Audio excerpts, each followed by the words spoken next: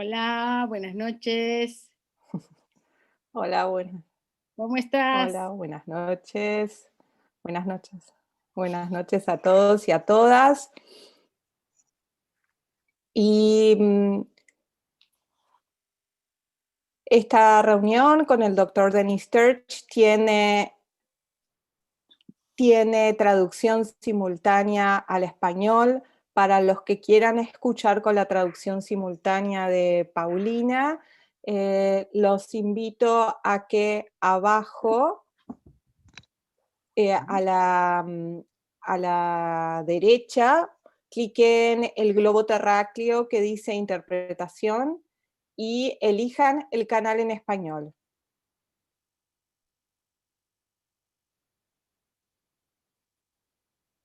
En los momentos en que haya interacción con Denis, ustedes van a poder hablar en español y él va a tener traducción simultánea en inglés para que puedan interactuar.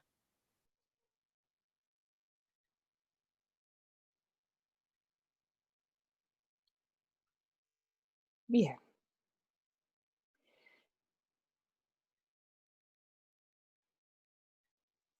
Entonces, bienvenidos a todas y a todas. Es un gusto para mí poder estar en este tercer encuentro significativo con el doctor Denis Tirch. El doctor Denis Tirch es director del Centro de Terapia Basada en la Compasión, es profesor clínico asociado en el Centro Médico de Mount Sinai, es el presidente pasado y fellow de la Asociación para la Ciencia Contextual, es presidente de la Fundación The Compassionate Mind, fellow y diplomado y certificado entrenador y consultant de CBT, y puedo seguir, autor de varios libros. Y ahora voy a hacer una parte de la presentación personal. Conozco a Denis hace muchísimo tiempo y para mí su trabajo ha sido siempre muy, muy valioso, no solamente en los aportes teóricos, sino también en su posición de vida, en su manera de ser en el mundo. Así que he tenido el privilegio de poder trabajar con él en distintas circunstancias, defendiendo cosas que valoramos profundamente de corazón, con lo cual para mí es un gran honor estar aquí y poder ayudar a que la comunidad de hispanoparlantes lo conozcan y conozcan su trabajo, pero además, sobre todo, también conozcan a él, a su persona.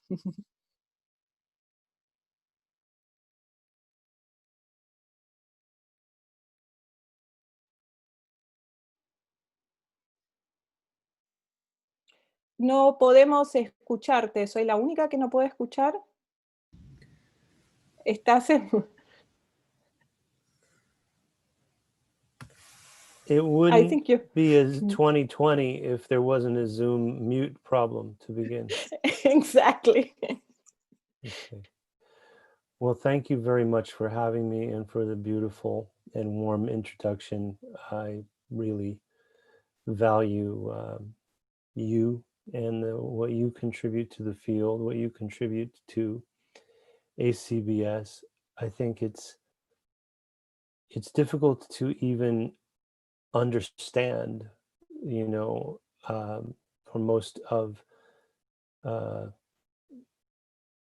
most of the community in North America, the extent of your influence and the influence of this community and how important the work you're doing is. It's profound. So it's humbling to be here with everyone. Now, I just want to check on one small technical detail. I've had more experience with consecutive translation than simultaneous translation. So far, I don't need to pause yet, or it's just Paulina, who I also want to thank very much, is doing just great job. And is it okay? You don't need to pause. Good. Okay. Thank you so much. I just wanted to make sure, you know. So This is aiming to be an informal discussion about some pretty important and pretty serious things that might even be more serious. Doesn't mean they can't be fun, but things that might be more serious than they seem at first, which is, how do we practice mindfulness, acceptance, and compassion in our work as clinicians in an evidence-based way and in an effective way during an extremely challenging period in our history.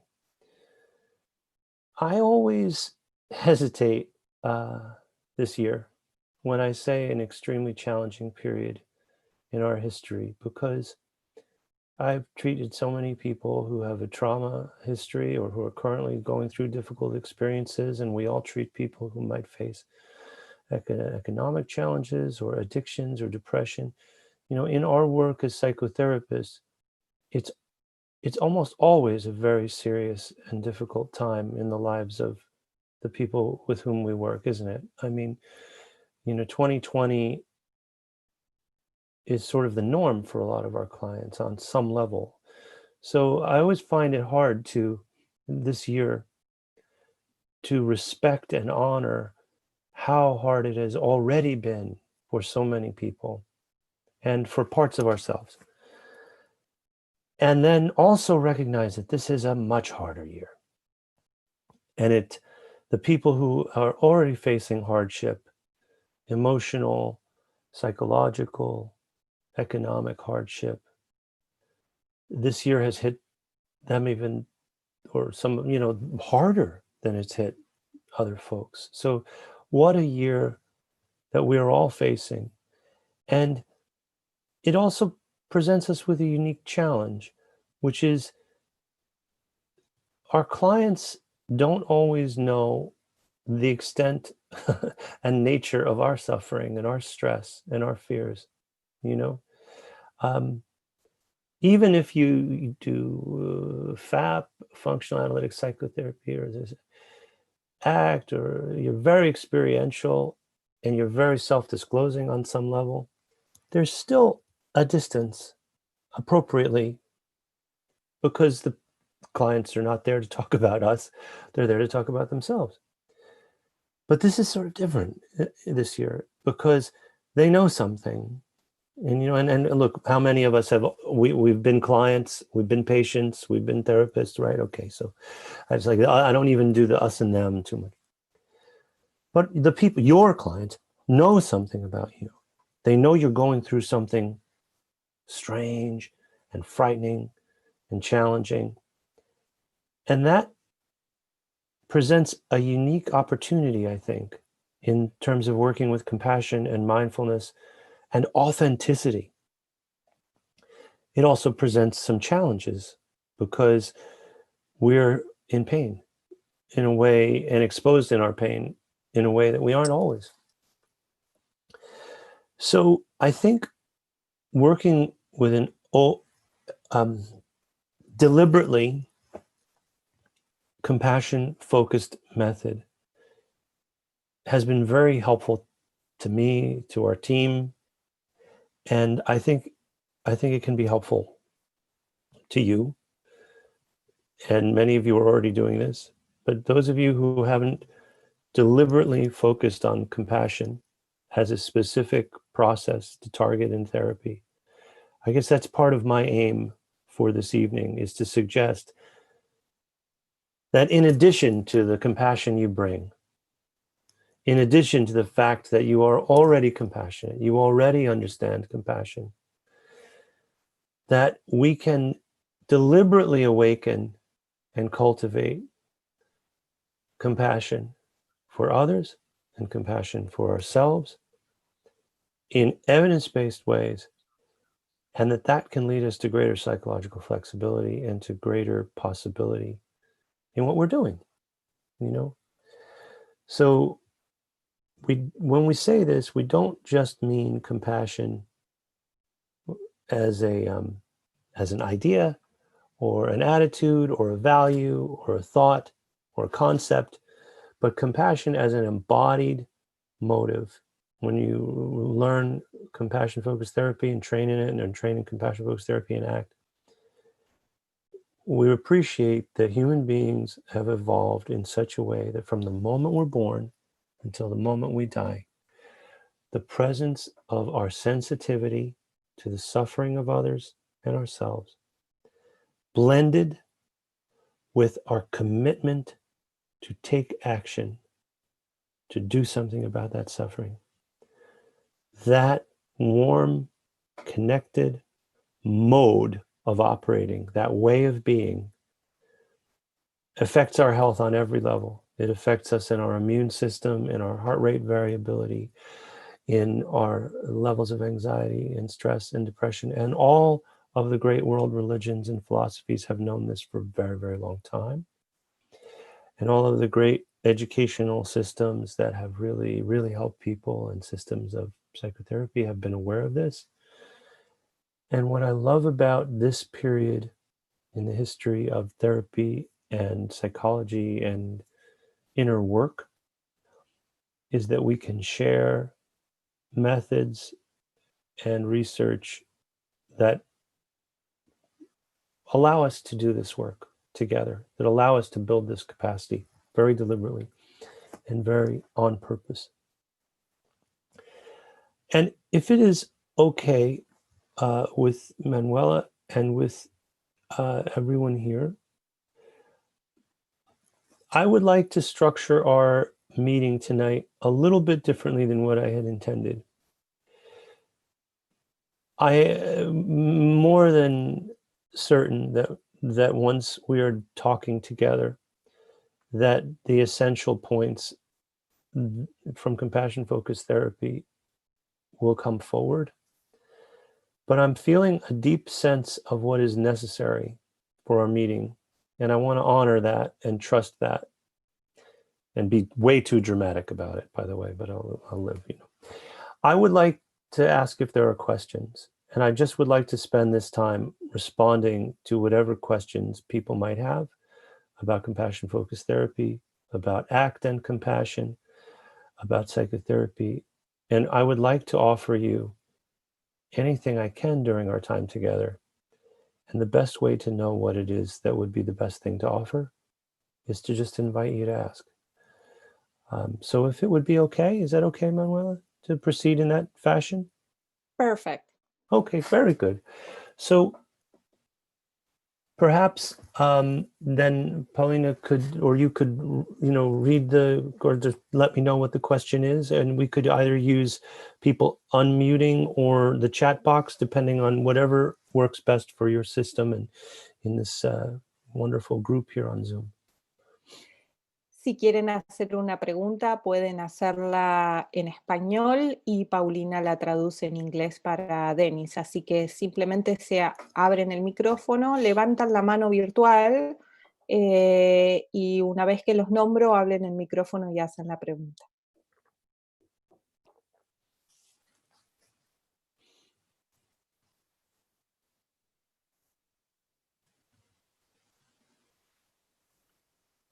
Hay alguien preguntando, Gladys Settle, ¿a qué se refiere con evidencia?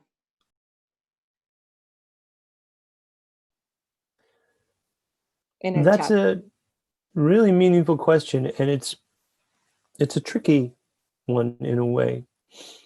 The term can mean different things to different people, and it can have inadvertent consequences as well, right? So for me, an evidence-based approach to therapy means that the processes and the procedures and the overall package of the psychotherapy have had supporting research, So when we look at compassion as a process, we can look at the evidence base for compassion-focused therapy.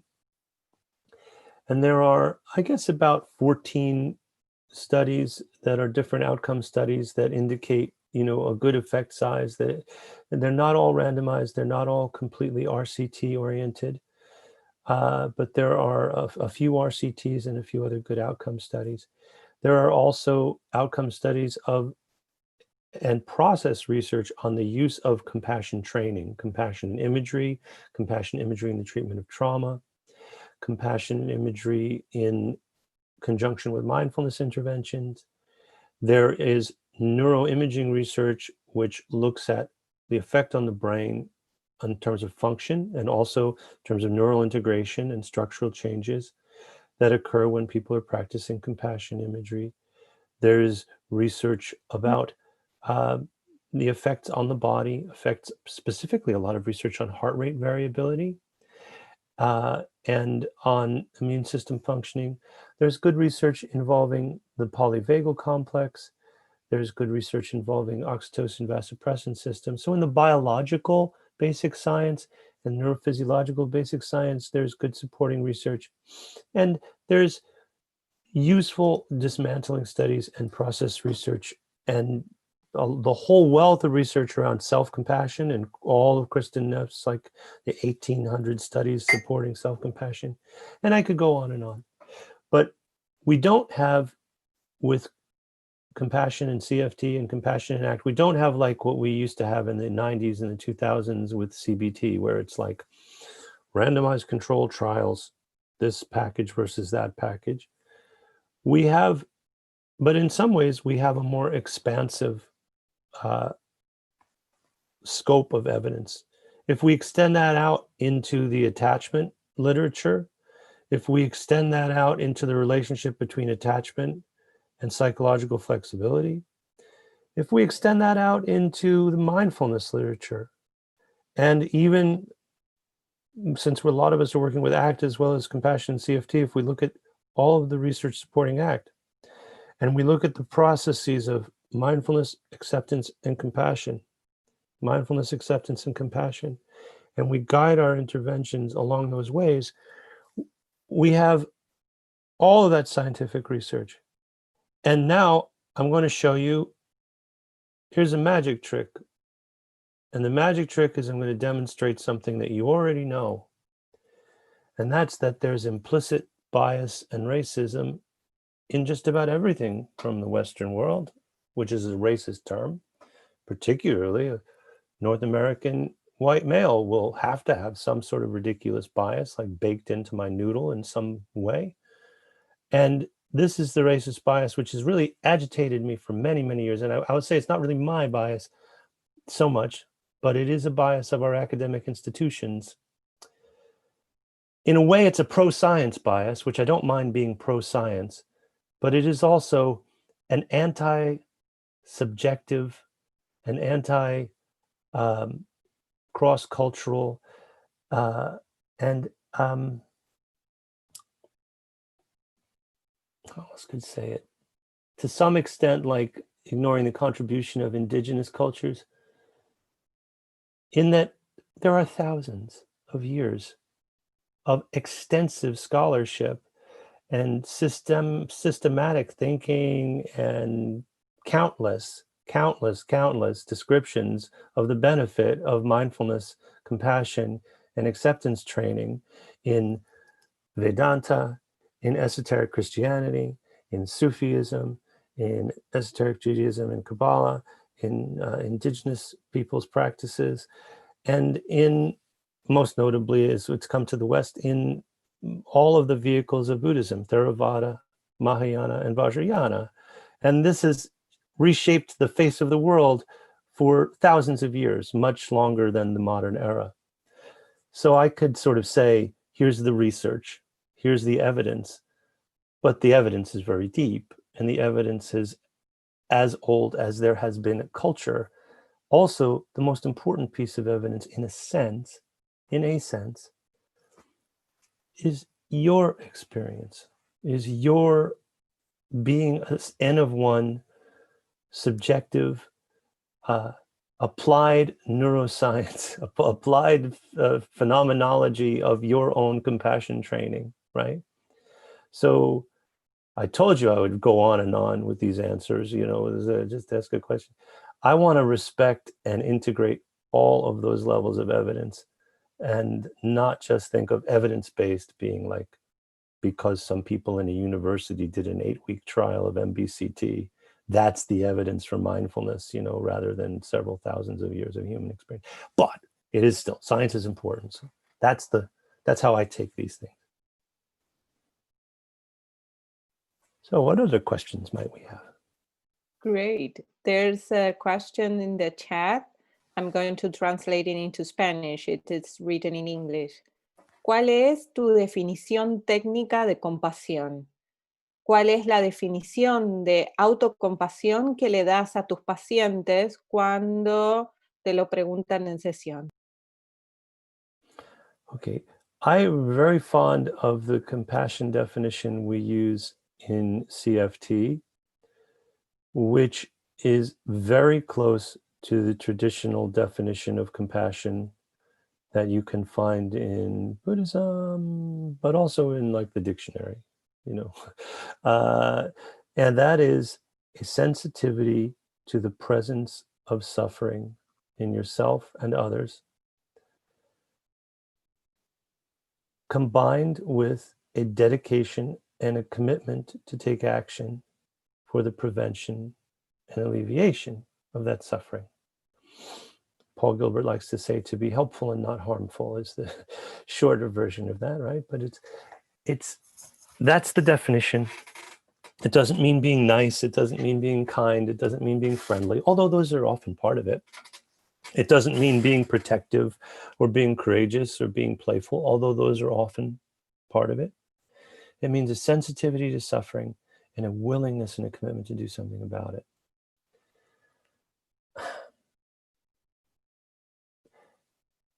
That cuts through a lot of the problems with compassion that come up for clients. And very often when people are like, well, can you be too compassionate?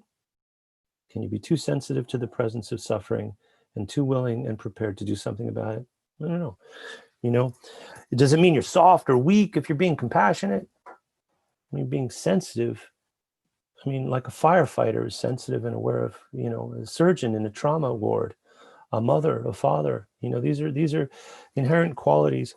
And in CFT, we construe this compassion to be an evolved motive that is distributed through the human body. Like, you know, it's like it's an actual part of, just like our reproductive system or our digestive system, like our motive to eat, our motive to have children, our motive to fall in love, our motive to protect ourselves, our motive to be compassionate is essential to our biology and to our humanity. So we view it as a biosocial goal, a motive that is embodied. And in this case, what Paul and the CFT community did was like, we just added the self or others piece. That was always implied in the definition of compassion. Paul made that, I should say, you know, Paul, I wasn't we, I didn't do it. Like, but, you know, within our community, there's this piece, which is self or others.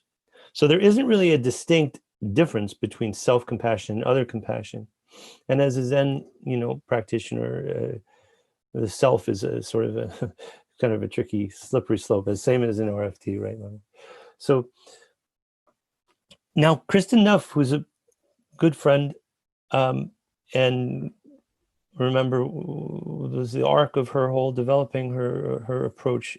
She's done such extraordinary things with Chris Germer and others, and many of you have probably done the MSc training and things like that. She took a different kind of take based on, you know, reading Tara Brach and Sharon and people like that, and her own, you know, journey with meditation and Buddhism. And she identified these 3 elements of self-compassion in her definition. It's actually 6 elements because she contrasts the negative and positive, right? So it's, for Kristen, self-compassion is constituted by mindfulness, awareness of the present moment, you know, contact with the present moment, non-judgmentally.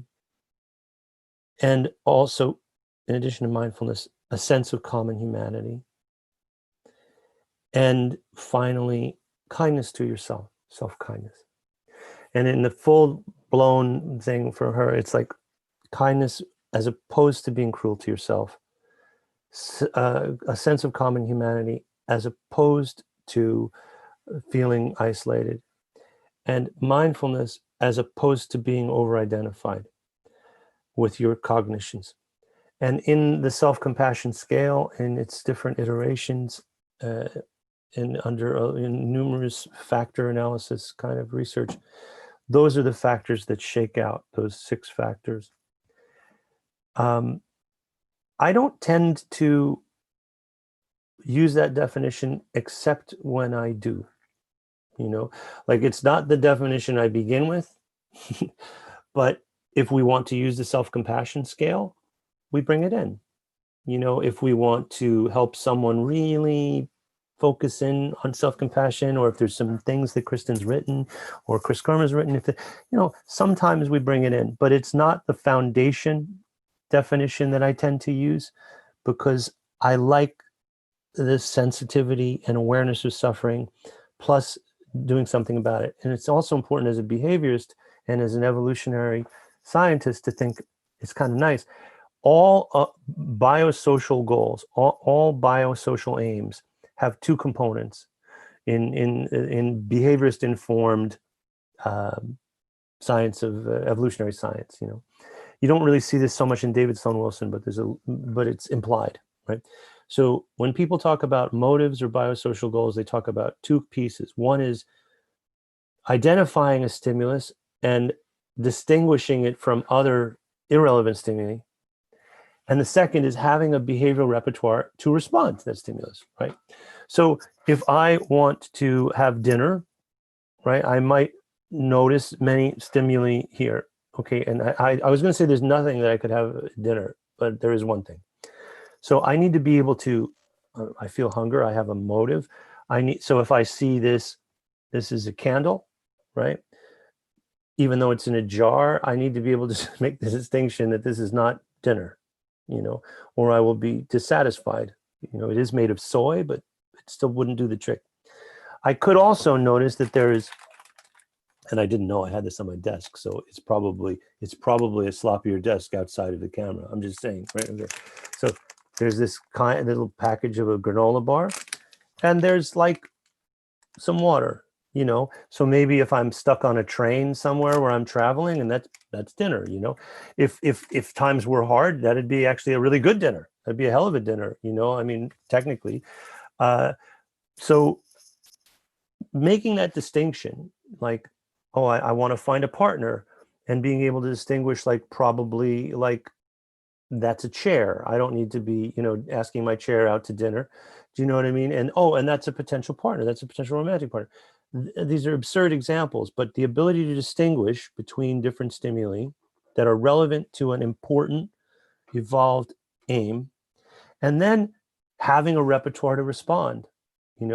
How do you protect others? How do you compete in a way that's effective with others? How do you prepare food? How do you look after one another, care for one another, be loving, be strong, be supportive, and be flexible? And to recognize these 2 dimensions of acceptance, right, processes, and commitment and behavior change processes, or the dialectic between acceptance and awareness and behavior change, or being sensitive to suffering and having some action you're going to take, is very effective to me. I like to be aware. We call in CFT, we call these 2 psychologies: the psychology of engagement, which is awareness, noticing, distinguishing, and the psychology of commitment and dedication. And there are different processes. If we were doing a longer training, there are certain processes such as distress tolerance, sensitivity to suffering, flexible perspective taking in terms of emotion, sympathy, perspective taking in terms of cognition, empathy, non-judgment, very similar to hexaflex processes, right? That are in the psychology of engagement. And then we have skills, which are sort of more like some of the DBT skills, ways of thinking, ways of attending, that are also part of how we work. So we're cultivating an interacting array, if you will, of qualities of doing and being and skills and processes that show up when someone is motivated and organized by compassion. So that's the long definition with all of the different dimensions of it and the distinction between self-compassion. So hopefully that, it's a beginning. What other questions should we move to? Hay una pregunta que dice, ¿qué significa motivación encarnada cuando habla de compasión? That's another good question. That's like one of my favorites. So hold on one moment, sorry.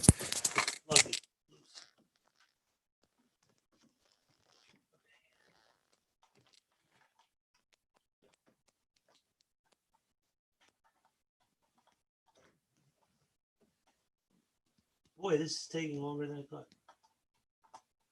I have to do it correctly, I guess.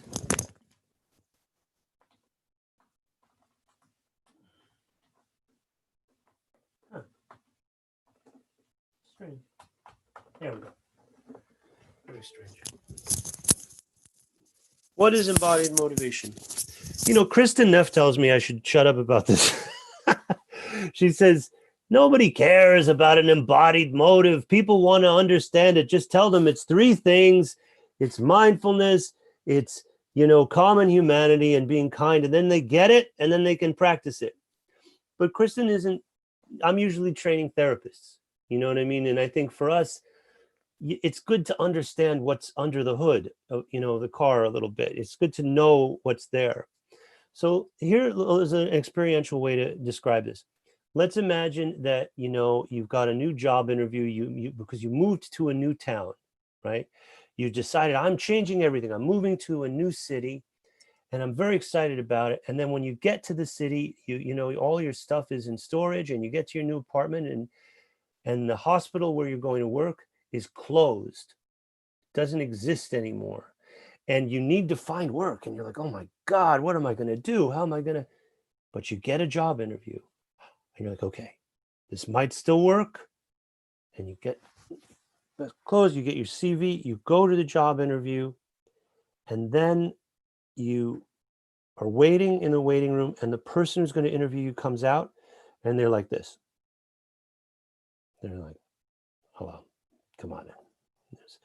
Look irritated and annoyed, and they're asking you questions, and you're feeling like they don't like me. How am I going to afford to stay in this town? I don't know what I'm going to do. Imagine what that would feel like in your body. Imagine the thoughts that would go through your mind.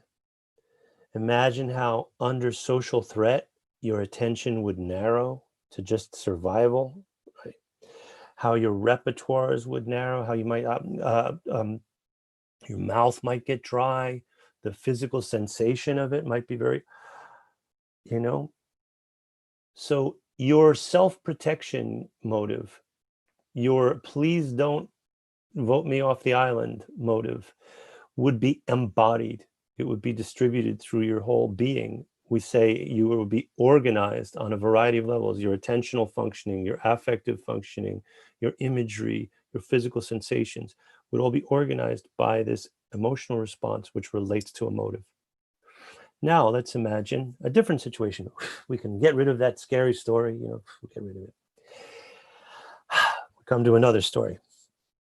So it's about a week before your birthday and you've had a really good day.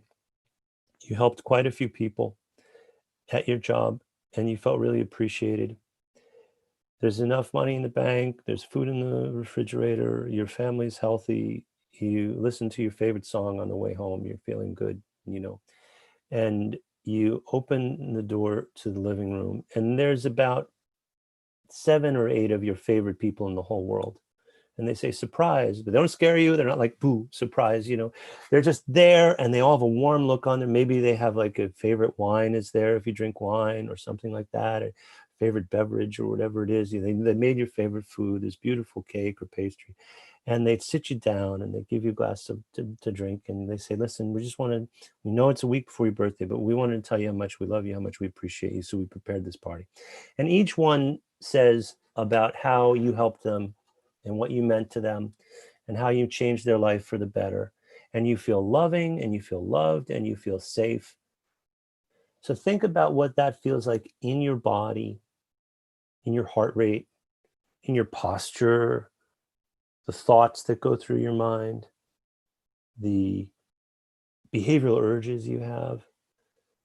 That motive to be loving and loved, to be caring and giving and receiving of care, that experience with social safeness is embodied.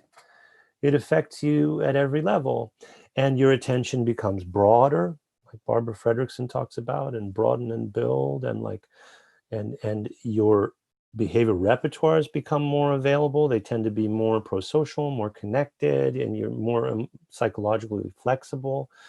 You're sort of in a more affiliative, caring and sharing mode. And that can help. That makes us stronger. And if you needed to protect those people, think about how much you would fight to protect them, not out of terror or rage, but out of, this is what I do. This is who I love. I'm getting choked up thinking about it, as they say. It makes me emotional to think about this quality. It's a very important quality, and it is embodied. It's not just in your head. It's like rhythm. As a musician, one of the things you learn is you keep music theory in your head, but you keep rhythm in your body. If you want something to speed up or go slower or go faster, or be in better time, you can't do it by 1 and a 2, and it doesn't happen. It has to be expressed in the body, in your heart rate, in your respiration, in tapping your foot, in moving your hands. Rhythm and compassion and emotion and these wonderful qualities that we have and motives are expressed in the body. And the more we can embody these qualities, the more effective they are in ourselves and in our clinical work. Marcela Matos and her team in Portugal have some wonderful research on embodiment and compassion, and embodying the compassion itself. And all of the mindfulness and compassion disciplines have had an embodiment component too, like even in contemplative psychologies and methods like yoga or Tai Chi or the Gurdjieff movements or Sufi, moving Mevlevi dancing or music, or even just the rituals in church, So what we're talking about is really becoming more fully who we wish to be, practicing being the version of ourselves that we need in our lives. So that's what an embodied motive is, which is why, even though Kristen says it's too complicated to yak on and babble like this, I like it, particularly when I'm working with, caregivers like yourselves. So other questions? These are very good questions. Hay una pregunta de cómo abordaría CFT en pacientes con dolor crónico y enfermedades orgánicas.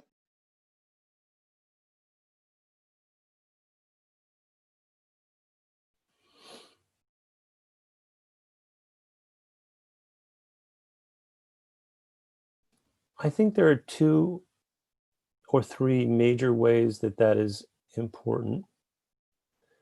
And one is helping people to be with their pain and to be with the physical experience of pain. I was talking earlier today with teaching a little bit, and this is a very advanced idea, which doesn't mean it's very intelligent. And it doesn't mean you have to be like super, Albert Einstein or whatever it is, or his wife, who probably did all of his work anyway. Like, you don't have to be like, I'm not saying this is so advanced, but it's saying it's kind of like, it's an advanced thing to get your mind around. So all of these qualities that show up in the body, all of these experiences, they're pieces of the overall human experience. And true to Buddhist philosophy, when you split something into its parts, it ceases to sort of seem to exist as a whole or as something that is separate. And what we see in the research on advanced meditators, people who have done like really, really many thousands of hours, right, of like compassion meditation and mindfulness meditation, way more than most therapists or, clients. It doesn't mean they're better people. It doesn't mean they're like walking on air. It just means they did this thing a lot, right? So what we find is advanced meditators, they have the ability to have the physical sensation processed in their brain. And it doesn't necessarily have to be interwoven with their appraisal and their cognition. And it doesn't necessarily trigger or is interwoven with the behavioral urge, right? So if I have someone who says, oh, I can't believe it.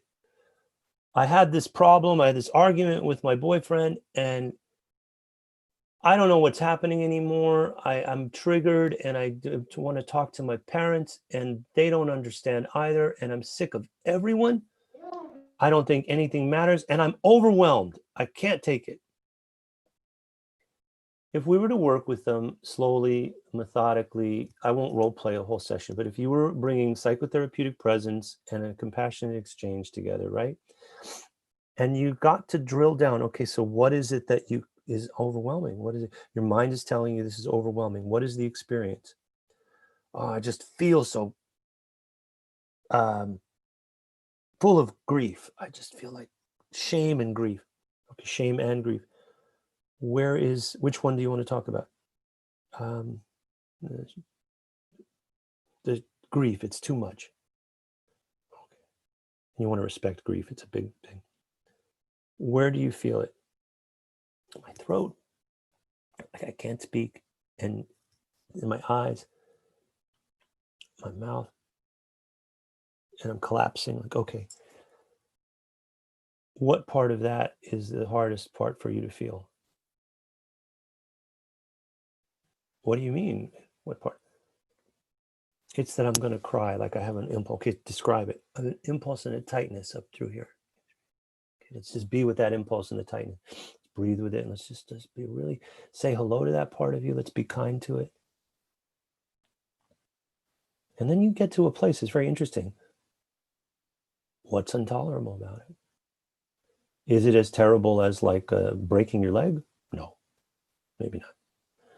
Is it as terrible as a migraine? Not even really. Is it as bad as throwing up or vomiting? No. Does that mean that it's meaningless? No. Grief can be very meaningful, right? So I don't want to, it's just a physical sensation. That's not what I want to do.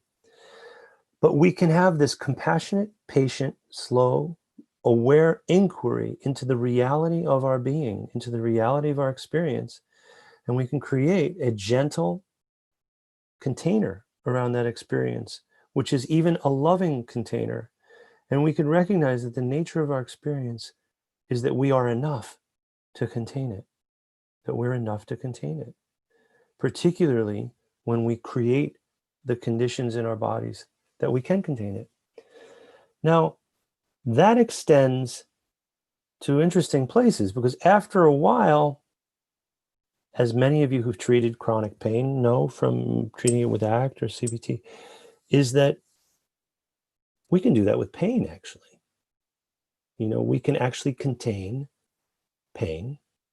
Now, where we go with ACT is very important, is that you're doing your mindful, valued action. Like you're not just giving into the pain or the sadness, you're living a life of meaning and purpose and vitality. And this is extremely important. When we bring in compassion, we're actually finding the meaning in our looking after ourselves and caring for ourselves and caring for others, and in our loving connection to one another and to all things. We're kind of like, Paul Gilbert likes to laugh, like, well, when you do ACT, Dennis, you know, you choose values, but in CFT, we already have a value we've chosen. We've chosen that we want to be helpful and not harmful. We want to be kind. And very importantly, we're not talking about avoiding pain. We're actually talking about turning towards it and sort of stepping into an intimate contact with the pain. So when you're working with health concerns, part of it is helping somebody to really create the necessary and sufficient conditions that actually allow us to contain and accept and tolerate pain. We know this. This is like a fact, right? Like when people are in a state of sensitive awareness and accepting awareness, and they have a compassionate orientation, it is much easier to bear pain and threat and tension and distress. It's a polyvagal complex, and our rest and digest and tend and befriend process are there, and they're available to us, and that results in better, prefrontal modulation of pain and threat and anger, and that allows us to have more flexible responding. This is how it is.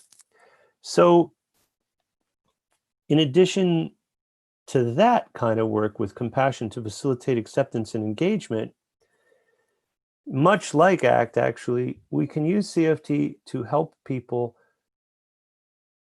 to healthy behaviors, to actually specifically looking after themselves, to taking the medication that they need to take, to amending their diet as they need to amend it, to exercising, to like approach a sensitivity and awareness to look after themselves.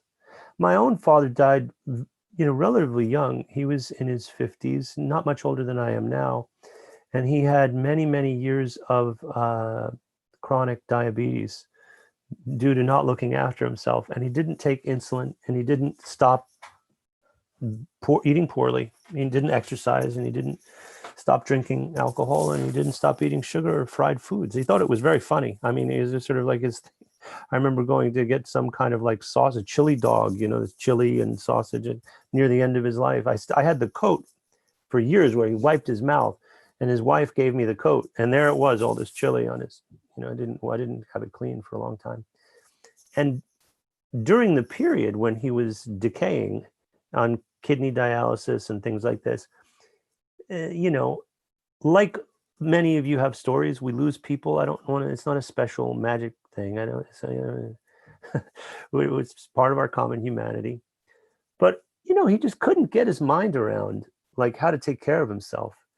And he repeatedly, this is just sharing it, you could repeatedly actually died. And like the doctors would say, you need to have this conversation because he's not going to make it, And then we would have this big emotional discussion where he would tell me, I'm sorry, I was a bad father. I, abused you as alcohol, whatever it is. And I'd be like, it's okay. And then, then 6 months, and then he wouldn't die, which was embarrassing for everyone concerned. So then 6 months later, they'd, oh, he's going to die, and he'd go through the same thing. But he was very strong-willed, and he just kept being alive, and they gradually removed parts of his, feet and all this stuff. So pardon this is triggering, but what would it have been like, what would it have been like if earlier in his life someone could have taught him to look after himself properly, like the value of that, like identified his blocks and his resistances, identified where he was psychologically inflexible, like what pain or trauma he was self-medicating. That would have been pretty great, great for his daughter who was younger, great for us. And many of you have seen this happen. It's happened with your clients. It's happened with your loved ones. It could be anything from an addiction to, diet, or just not taking medicine when somebody needs it. Or so compassion-focused therapy, and I think that's one of the great, and ACT, and I think it's one of the greatest overlooked areas for psychotherapeutic intervention, is helping people to have healthy behaviors and to live more fully. So thank you for indulging me for a couple of minutes, and telling me that personal story, but it does sort of flesh it out and breathe some life into the experience. So I appreciate you giving me the room to share that. What other questions might we have? And, if there are any that are, burning questions for you, these are awesome questions. So it's not a criticism, but we have this little time together. When are we done? Are we done in 5 minutes or something? In 8 minutes, yes. 8 minutes. Okay, Yeah. in 8 minutes. So Thanks. if there's something that is about what you're going through during this time, or one of your clients is going through, and you want to connect around it, feel free. If it's not that, that's fine. We'll have 8 minutes or 7.5 minutes of talking about a different thing. But I just want to leave it open for anything that might be particularly, poignant for you in the moment.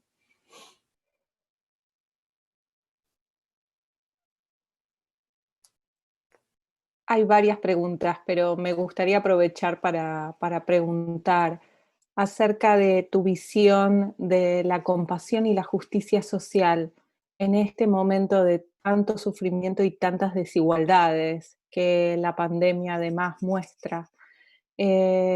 ¿Cómo propondrías el trabajo de compasión en relación a la justicia social?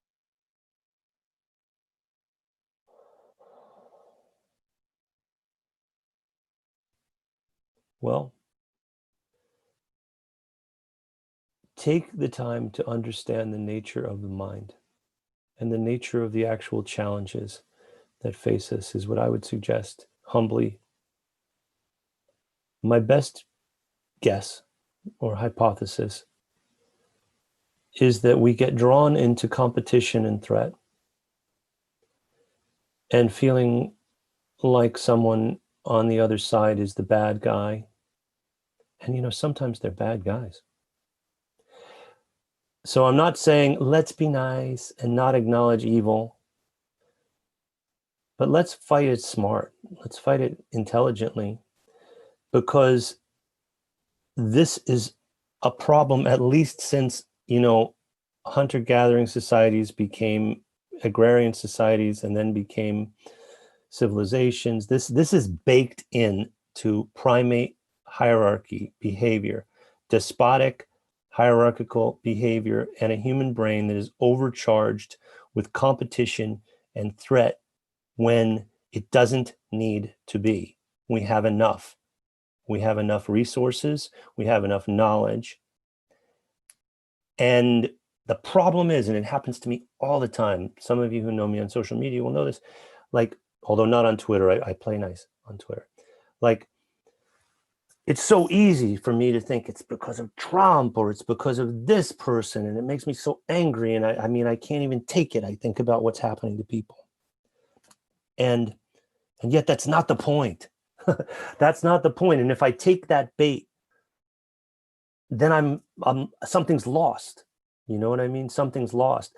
If we move into not a competition or a fight, but a protect, nurture, if we find our strength in our love, we find our strength in our family nature, that we are family, that we are a human family, then we get stronger.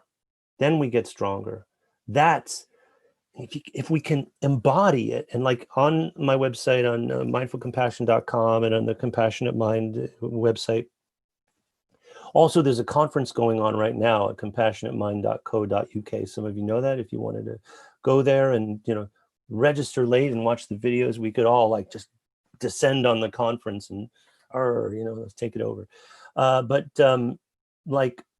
It's use the imagery practices that are on the websites, read some of the books, practice embodying that compassion, and then you bring it to what you're doing, like an actor. You become that compassionate version of yourself. There was some tension on the act list recently, and I just talked to some people. Just talk to them. But before I talked to them, I did my practice. I kind of come into, how can I embody being strong, loving, compassionate presence? It's all. Don't have to be it all the time. You can be angry or frightened or, yell at the dog or whatever it is. We can be our whole self, but practice being able to bring that online when you need it, and then bring it into social justice. And I think then we're much more effective when we're in the fight. We're much more effective when we're in the fight than when we're unbalanced, which is so easy to get. That's not the whole story. There's no magic, but it's my best shot at answering that kind of question, and answering the questions that are here, and giving you whatever I have to offer. So I hope that there's something in it that is helpful to you. And if not, well, I hope it was at least a good way to spend a little time and see your friends smiling, and we could be here together. Anything before we close?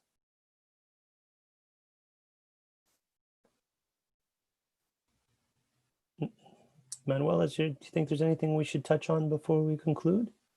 No, me di el gusto de hacer la pregunta. I did the question that I wanted. Wonderful. Well, I'm glad to be able to answer. Puedo ver mucha desigualdad y cómo desde la compasión verdaderamente aproximarse a eso es algo que me convoca.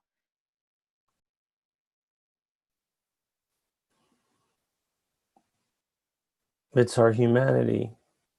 So before closing, I would just invite you to do just 2 minutes, right? So like, I would like you to think about your life and your career and your mission. And I would like you to think about how meaningful it would be to just help one human being. Just one human being whose life is as important as my life, as your life, as my daughter's life, as my wife's life. And even if we just help one person to live a life of meaning and purpose, and that we've done something amazing, we've done something really worth it. And I want you to recognize that you've helped many, many more people than just one person, like many, many more people. And those people have been more healthy and more caring, and they've affected the lives of people around you. So I want you to just be grateful for who you are, particularly this year. I want to invite you, or even dare you this week, when you're feeling down or when you're feeling stuck, take a moment and breathe in a sense of gratitude for who you are and for what you've given the world. And I'm grateful for you and for what you do. So thank you for giving me the honor of spending time with you. It means a lot to me. Thanks a lot. Gracias, Dennis. Thank you. Thank you very much. Thank you. Yeah. Okay. So see you down the road then. Okay. Gracias, gracias a todos y a todas los que participaron. Verdaderamente nos quedamos con estas palabras de gracias por ser quienes somos. Gracias, Dennis, por ser quien sos. Thanks again. Okay. Farewell. Bye.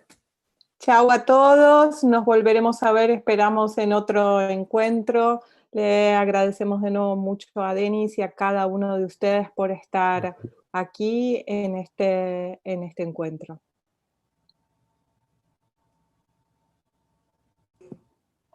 Gracias. Muchas gracias. Gracias. Gracias.